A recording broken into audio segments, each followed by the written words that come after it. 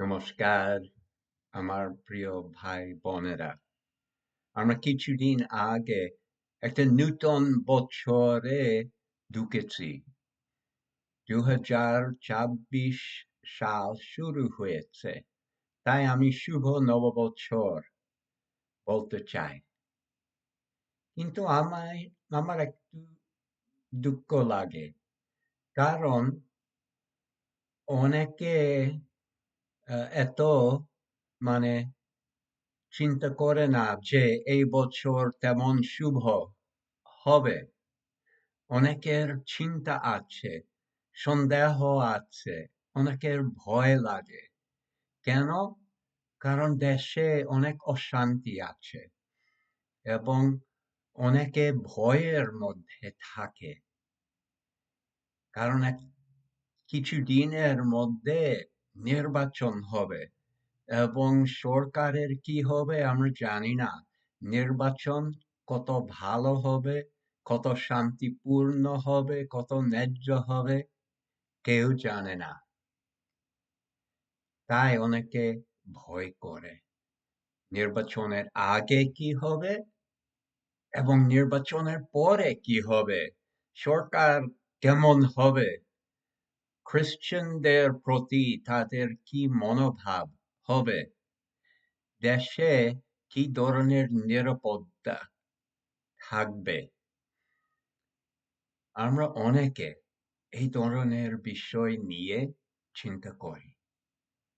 কিন্তু ভাই বোনেরা, ঈশ্বরের একটা কথা আছে আমাদের জন্য। এই অবস্থাতে আমরা কি করা ভালো এবং কি না করা ভালো তা আমরা বাইবেলে দেখব। আমরা দেখতে পারি দ্বিতীয় বিবরণ 31 অধ্যায়ে 6 পদ। ঈশ্বর এই পদের মধ্যে ইসরায়েলীয়দের কাছে কথা বলেছেন। তারাও একটা কি বিপদের অবস্থায় ছিল। তারা ঈশ্বরের প্রতিগত দেশ কনান দেশে ঢুকতে প্রস্তুত। এর আগে প্রায় 40 বছর পর্যন্ত তারা মরু এলাকাতে ঘুরতে থাকলো। এখন ঈশ্বর তাদের বলেছেন দেশে ঢুকতে পারো। কিন্তু সঙ্গে সঙ্গে তিনি আর একটা কথা বললেন, মসি তোমাদের সঙ্গে যেতে পারবে না। মসির নেতৃত্বের মেয়াদ শেষ। হায় হায়, মনে হয় অনেক লোককে অনেক চিন্তিত হয়েছে। এই পুরো 40 বছর পর্যন্ত মসি তাদের নেতা ছিলেন। তারা মসির উপর নির্ভর করলেন। মসি বারবার ঈশ্বরের কাছে অনুরোধ করলেন তাদের রক্ষা করার জন্য এবং ঈশ্বর বারবার মসি দিয়ে তাদেরকে রক্ষা করলেন। মসি তাদের মিশর দেশ থেকে বের করে এনেছেন। ফরনের বিরুদ্ধে ঈশ্বরের শক্তিতে দাঁড়িয়েছেন। মরু এলাকাতে তাদের সঙ্গে সঙ্গে ছিলেন। বিপদের সময়ে তাদের সাহায্য দিলেন। আর এখন এই গুরুত্বপূর্ণ সময়ে ঈশ্বর তাদের বলেন, মসি কিন্তু এই দেশে যেতে পারে না। তাই লোকে মনে হয় অনেক চিন্তিত ছিল, এমন অনেকের মনে হয় অনেক ভয় লেগেছে। তাই এই অবস্থাতে, এই নূতন অবস্থাতে ঈশ্বর তাদের কি বললেন? আসুন আমরা দ্বিতীয় বিবরণ 31 অধ্যায় 6 পদ একটু পড়ি। তোমরা শক্ত হও এবং মনে সাহস আনো।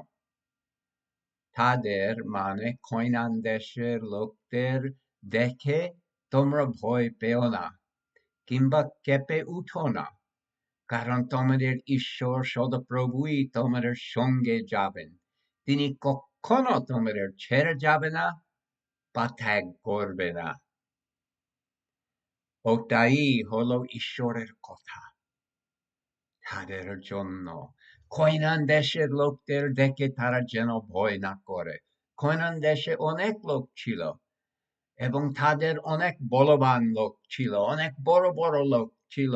তাদের শহর শক্তিশালী ছিল এবং ইসরায়েলিরা বুঝতে পেরেছ যে উফ, তারা আমাদের চেয়ে অনেক শক্তিশালী। আমরা কি করব? ঈশ্বর আমাদের এই দেশ প্রতিজ্ঞা দিলেন, কিন্তু আমরা কেমন করে পাব? কিন্তু ঈশ্বর তাদের এই সুন্দর কথা বললেন। প্রথমে বললেন তাদের কি করা দরকার। শক্ত হও, মনে সাহস আনো। এটাই হলো আমাদের জন্য ঈশ্বরের কথা। আমরা যেন শক্ত হই, আমরা যেন মনে সাহস আনি।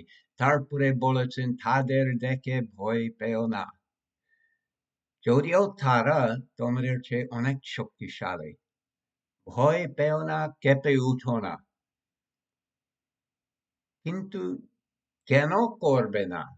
যেহেতু সেই লোকেরা তাদের চেয়ে অনেক নিষ্ঠুর ছিল, তাদের চেয়ে অনেক শক্তিশালী ছিল, তাদের সংখ্যা অনেক বেশি ছিল।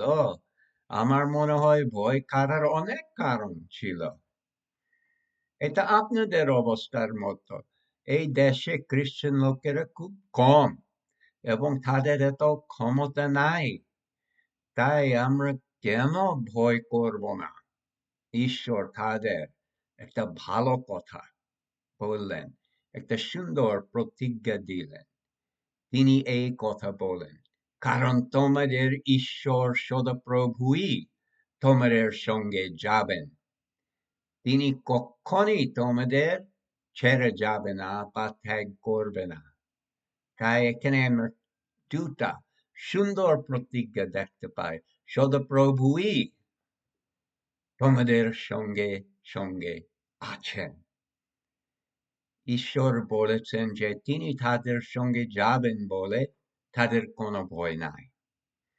আর ঈশ্বর আমাদের সঙ্গে আছেন বলে আমাদের ভয় নাই। তিনি বলেন আমি তোমাদের সঙ্গে থাকবো, আমি কখনো তোমাদের ছেড়ে যাব না, কখনো তোমাদের ত্যাগ করবে না। তাই ভাই বোনেরা, আমাদের ভয় করার কোনো কারণ নাই। তাই একটু দেখি, মানে ঈশ্বর তাদের একটা আদেশ দিলেন, তারা যেন মনে শক্ত হয়, সাহস যেন না হারায়, এবং তারা যেন ভয় না করে।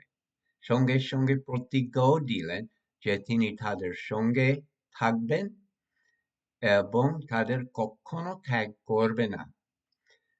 কিন্তু এটা তাদের কাছে কথা। ঈশ্বর কি আমাদের এই একই কথা বললেন কিনা আমরা একটু দেখতে চাই। কেমন? আমরা প্রথমে একটা প্রতিজ্ঞা দেখতে পাবো ইব্রিয় 13 অধ্যায় 5 এবং 6 পদে। ইব্রিয় 13 অধ্যায় 5 এবং 6 পদ একটু দেখি। ঈশ্বর বলেছেন আমি কখনো তোমাকে ছেড়ে যাব না বা কখনো তোমাদের ত্যাগ করবে না। এই জন্য আমরা সাহস করে বলতে পারি, প্রভু আমার সাহায্যকারী, আমি ভয় করব না। মানুষ আমার কি করতে পারে? শুনুন, যেই কথা ঈশ্বর ইসরায়েলীয়দের কাছে দিলেন, সেই একই কথা তিনি আমাদেরকে দিলেন নূতন নিয়মে, তার লোকদেরকে দিলেন যে আমি কখনো তোমাদের ছেড়ে যাব না, আর কখনো তোমাদের ত্যাগ করব না। আমি তোমাদের সঙ্গে সঙ্গে আছি। তাই মানুষ আমাদের বিরুদ্ধে কি করতে পারে? যা হোক না কেন, ঈশ্বর আমাদের সঙ্গে সঙ্গে আছেন। মানুষ কি করতে পারে? হয়তো তারা আমাদের অত্যাচার করবে, এমনকি মেরে ফেলবে, কিন্তু তাতেও আমাদের অনন্ত জীবন আমরা হারাবো না। আমরা ঈশ্বরের লোক, তিনি আমাদের সঙ্গে সঙ্গে থাকবেন। তাই আমরা যেন ভয় না করি। ঈশ্বর আমাদের আরেকটা কথা বললেন, আরেকটা প্রতিজ্ঞা দিলেন। এটা আমরা দেখতে পাবো যোহন 10 অধ্যায় 28 এবং 29 পদে। উনি বললেন, তার লোকদের কাছে বললেন, আমি তাদের জানি, মানে আমার লোকদের জানি, আর তারা আমার পিছনে পিছনে চলে। আমি তাদের অনন্ত জীবন দেই, তারা কখনো বিনষ্ট হবে না, এবং কেউই আমার হাত থেকে তাদের কেড়ে নেবে না। আমার পিতা, যিনি আমাকে দিয়েছেন, তিনি সকলের চেয়ে মহান। কেউই পিতরের হাত থেকে কেউ কেড়ে নিতে পারে না। আবার বলে, কেউই পিতার হাত থেকে কিছু কেড়ে নিতে পারে না। আমরা যীশু খ্রিস্টের হাতে আছি, আমরা ঈশ্বরের হাতে আছি। কেউই তার হাত থেকে আমরা কেড়ে নিতে পারে না। তার হাতে থাকা মানে কি? উনি আমাদের সঙ্গে আছেন এবং আমাদের রক্ষা করবেন। আমরা তার কাছে আছি, আর উনি আমাদের অবশ্যই সাহায্য দেবেন এবং রক্ষাও করবেন। তিনি বলেন, আমরা কখনো বিনষ্ট হবে না। কেন? কারণ কি? আমাদের অনন্ত জীবন আছে। সেই অনন্ত জীবন কখনো শেষ হবে না। কেউ আমাদের নষ্ট করতে পারে না। আমরা ঈশ্বরের হাতে আছি। আমরা যেন সেটা ভুলে না যাই। তাই ভাই বোনেরা, আপনারা যখন ভয় করতে শুরু করেন, এই কথা মনে রাখেন, আমরা আমাদের পিতার হাতে আছি। কেউই তার হাত থেকে আমাদের কেড়ে নিতে পারে না। তিনি আমাদেরও বলেছেন যে আমরা তার মেষ, তিনি আমাদের পালক, তিনি আমাদের রক্ষা করবেন। আমরা যেন ভয় না করি। তাই প্রথমে ইব্রিয় 13 অধ্যায় 6 পদে আমরা দেখতে পারলাম যে ঈশ্বর আমাদের সঙ্গে আছেন এবং আমাদের ত্যাগ করবে না। প্রথম আহ যোহন 4 না প্রথম যোহন 10 অধ্যায় 10, 28 এবং 29 পদে আমরা দেখতে পারলাম আমরা ঈশ্বরের হাতে আছি। তিনি কেবল যে আমাদের সঙ্গে আছেন তা নয়, তিনি আমাদের বহন করছেন। তার হাতে আমরা আছি। আর কেবল তা নয়, প্রথম যোহন 4 অধ্যায় 4 পদে আমরা এই কথা দেখতে পাই, কিন্তু সন্তানেরা, তোমরা ঈশ্বরের, তোমরা সেই বন্ধদের উপর জয় হয়েছ, কারণ এই জগতে যে আছে তার চেয়ে যিনি তোমাদের অন্তরে আছেন তিনি মহান। একদিকে আমরা বলতে পারি যে আমরা ঈশ্বরের হাতে, আর একদিকে আমরা বলতে পারি ঈশ্বর আমাদের সঙ্গে, আর একদিকে আমরা বলতে পারি ঈশ্বর আমাদের মধ্যে আছেন। আমরা আর নিকট থাকতে পারে না, তিনি আমাদের মধ্যে, আমরা তারই মধ্যে। কি সুন্দর, কি সুন্দর কথা! তাই আমরা অন্যদের উপর জয় হয়েছি এবং শান্তিতে আমরা থাকতে পারি, কারণ তিনি এই জগতের সবার কাছে মহান। আমাদের ঈশ্বর সদাপ্রভু, আমাদের সৃষ্টিকর্তা, আমাদের উদ্ধারকর্তা, তিনি সবার চেয়ে মহান, সবার উপর জয় করেছেন এবং আমরা তার সঙ্গে জয় করেছি। তাই ভয় করার আমাদের কোনো কারণ নাই, যেহেতু ঈশ্বর আমাদের সঙ্গে আছেন, যেহেতু আমরা তার হাতে আছি, যেহেতু তিনি আমাদের মধ্যে আছেন। তাই ভাই বোনেরা, আমাদের ভয় করার কোনো কারণ নাই। আমাদের লোক কম থাকলেও আমাদের ঈশ্বর আছেন, আর ঈশ্বর আমাদের বিষয় নিয়ে চিন্তা করছেন। কিন্তু আমাদেরও একটা দায়িত্ব আছে। সেই দায়িত্ব সম্বন্ধে আমরা দেখতে পাই যহোশুয়া 1 অধ্যায় 6 থেকে 8 পদে। যহোশুয়া 1 অধ্যায় 6 থেকে 8 পদে আমরা এই কথা পাই। আমরা কেমন করে এই শান্তি বহন করতে পারি? ঈশ্বরের প্রতিজ্ঞা আমরা যেন মনে রাখি, যেন আমরা সাহস না হারাই, আমরা যেন শক্ত হয়ে যেন দাঁড়াতে পারি, যা হোক না কেন আমরা যেন সাহস নিয়ে দাঁড়াতে পারি। এই কথা ঈশ্বর সদাপ্রভু যহোশুয়াকে বলেন একই সময়ে, যে সময়ের কথা আমি উল্লেখ করেছি 2 বিবরণ 31 অধ্যায়ে। সে একই সময়ে ঈশ্বর যহোশুয়াকে উৎসাহ দিলেন, তিনি ইসরায়েলীয়দের নূতন নেতা হবে এবং তাদের পরিচালনা করার দায়িত্ব তার উপরে পড়বে। এটা একটা খুব বড় কথা এবং মনে হয় উনি কিছু ভয় পেয়েছেন। আমি কেমন করে নেতৃত্ব দেব, কেমন করে পরিচালনা করব মসির মধ্যে।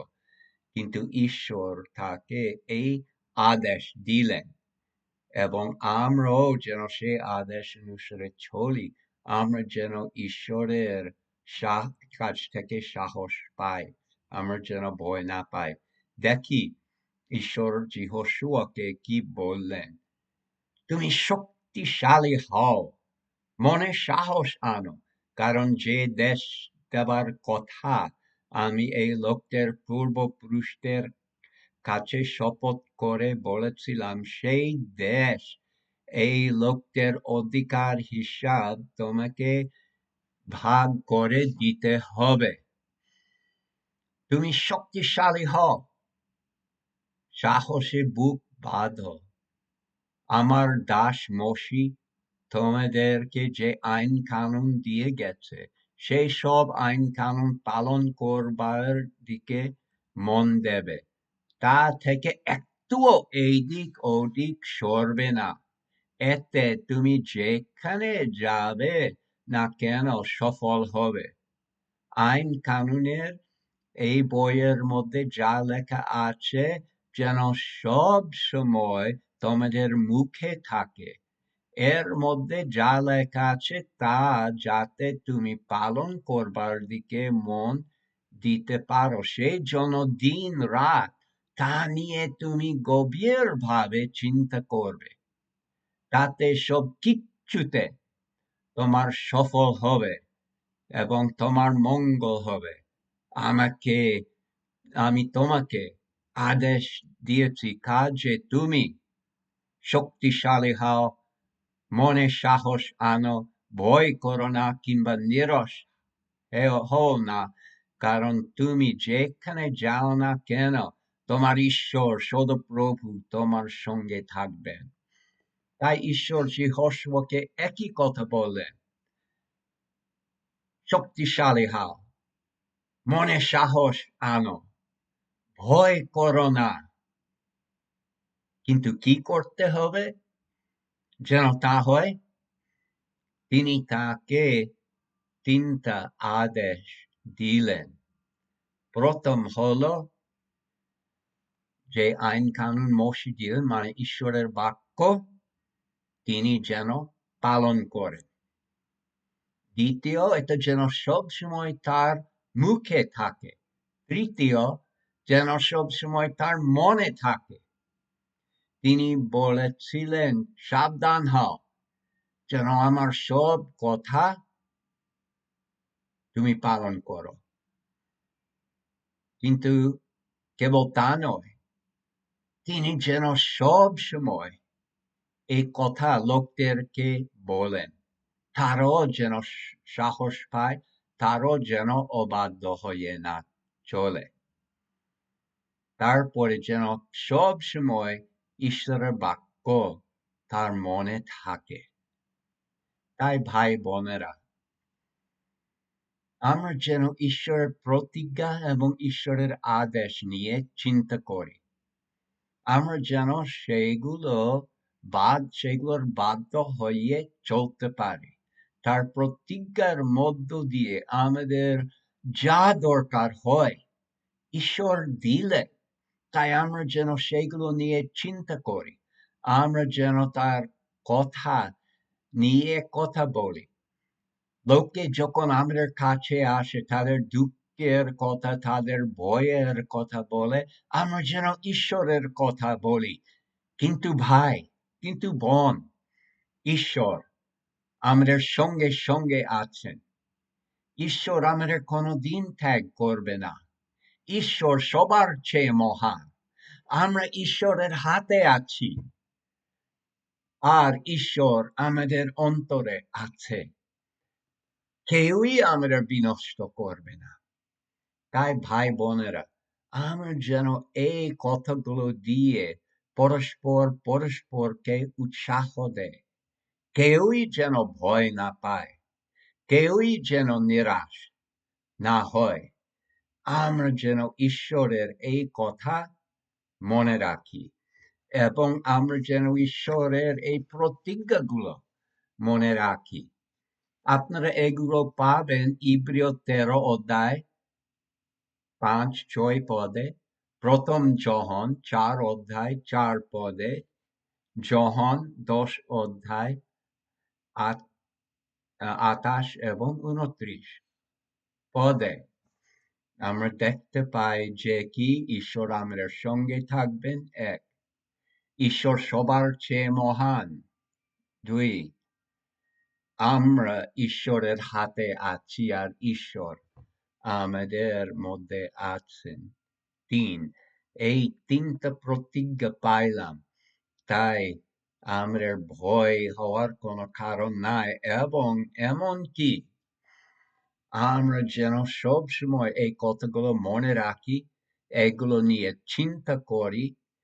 আমরা যেন প্রায় এই কথা আমাদের ভাই বোনদেরকে বলি, এবং আমরা যেন বাধ্য হয়ে চলি। কারণ ঈশ্বর যে কথা ইসরায়েলীয়দের দিলেন, যে কথা যেহোশুয়াকে দিলেন, সে একই কথা আমাদের দিলেন। তিনি তাদেরকে বারবার এই কথা বলেন, তারা যেন ভুলে না যায়। আমরা দ্বিতীয় বিবরণ 31 অধ্যায় 8 পদে দেখি যে ঈশ্বর আবার একই কথা বললেন। সদাপ্রভু নিজেই তোমার আগে আগে যাবেন এবং তোমাদের সঙ্গে থাকবেন। তিনি কখনো তোমাকে ছেড়ে যাবেন না বা ত্যাগ করবে না। তুমি ভয় করো না, উৎসাহ হারাও না। এটাই হলো ঈশ্বরের কথা আমাদের সবার জন্য। তাই যা হোক না কেন, আমরা শান্তিতে থাকতে পারি। আমরা যেন সাহস না হারাই, আমরা যেন ভয় না করি। ঈশ্বর আমাদের বলেন, ভয় করো না, আমি তোমাদের সঙ্গে সঙ্গে আছি, এমনকি তোমাদের আগে আগে যাব, তোমরা আমাদের হাতে আছে। তাই ভাই বোনেরা, আমরা শুভ নববৎসর বলতে পারি কেন? কারণ ঈশ্বর আমাদের সঙ্গে সঙ্গে আছেন। আমরা যেখানে যাই না কেন ঈশ্বর আমাদের সঙ্গে সঙ্গে থাকবেন। আমরা যেন ভয় না করি, আমরা যেন সাহস না হারাই। ধন্যবাদ।